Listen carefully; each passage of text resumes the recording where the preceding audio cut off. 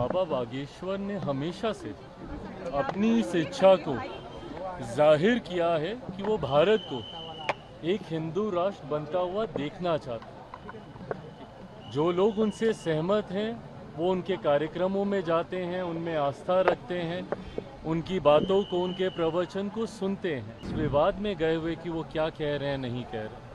देश चलेगा तो संविधान के आधार पर चलेगा। राजनीतिक दल उसमें अपनी राजनीतिक रोटियां सेकने के लिए, तुष्टीकरण की राजनीति को बढ़ावा देने के लिए और किसी एक धर्म विशेष को अपने पक्ष में करने के लिए बिना मतलब के इसमें आरोप प्रत्यारोप लगाने लगते। जब किसी दूसरे धर्म के लोग अपने धर्म के बारे में ये सारी बातें करते हैं तब तो ये लोग नहीं बोलते राजद जैसी पार्टियां।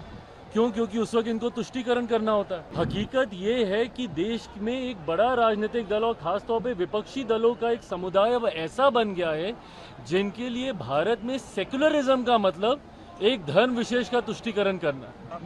ये कौन सी बात उन्होंने पहली बार बोली है? बाबा बागेश्वर ने हमेशा से अपनी इस इच्छा को जाहिर किया है कि वो भारत को एक हिंदू राष्ट्र बनता हुआ देखना चाहते हैं। जो लोग उनसे सहमत हैं वो उनके कार्यक्रमों में जाते हैं, उनमें आस्था रखते हैं, उनकी बातों को, उनके प्रवचन को सुनते हैं। और एक बहुत बड़ी देश की आबादी है जो उनकी बातों से सहमत होती है। बहरहाल बिना इस विवाद में गए हुए कि वो क्या कह रहे हैं, नहीं कह रहे। देश चलेगा तो संविधान के आधार पर चलेगा। और जो राजनीतिक दल, हर धर्म गुरु की इच्छा होती है कि देश उनके धर्म के आधार पर चले। ऐसे में वो अपनी इच्छा को रखते हैं, उनके अनुयायी उनकी बातों को सुनते, मानते, समझते हैं। ऐसे में मैंने पहले भी इस बात को कहा है कि किसी भी राजनीतिक दल को इसमें हस्तक्षेप करने का कोई मतलब ही नहीं है।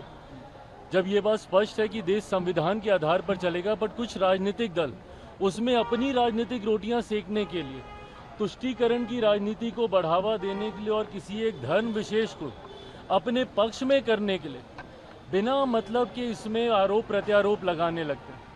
बाबा बागेश्वर ने पहली बार नहीं कहा, उन्होंने कई बार इस बात को कहा। बट ऐसे में जो यहाँ के स्थानीय राजनीतिक दल हैं, पहले तो उनके आने का ही विरोध करने लग जाते हैं, उसके बाद उनके यहाँ रहने का, उनकी बातों का, उनके कहे का। भाई आप एक राजनीतिक दल हैं, आपको क्या लेना देना कोई धर्मगुरु आके क्या कह रहे हैं, नहीं कह रहे हैं। जब किसी दूसरे धर्म के लोग अपने धर्म के बारे में ये सारी बातें करते हैं तब तो ये लोग नहीं बोलते राजद जैसी पार्टियां। क्यों? क्योंकि उस वक्त इनको तुष्टीकरण करना होता है।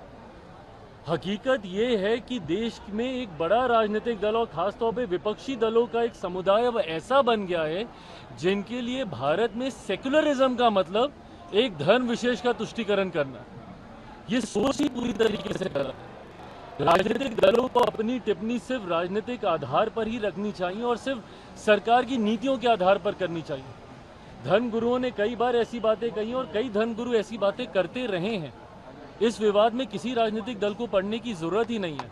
राजद के पास अगर इतना ही समय है तो फिर वो भी अपनी एक धर्मशाला अलग से खोल लें। फिर क्यों वो किसी एक राजनीतिक संगठन का हिस्सा बने हुए हैं? अगर उनको टिप्पणी करनी है, करें ना भैया, बिहार में हमारी सरकार को लेकर, करें देश में हमारी सरकार को लेकर। पर इस तरीके की बातें कर कर राज्य में सिर्फ धार्मिक असंतुलन बनाने का प्रयास जो राजद के द्वारा किया जाता है वो कतई उचित नहीं है।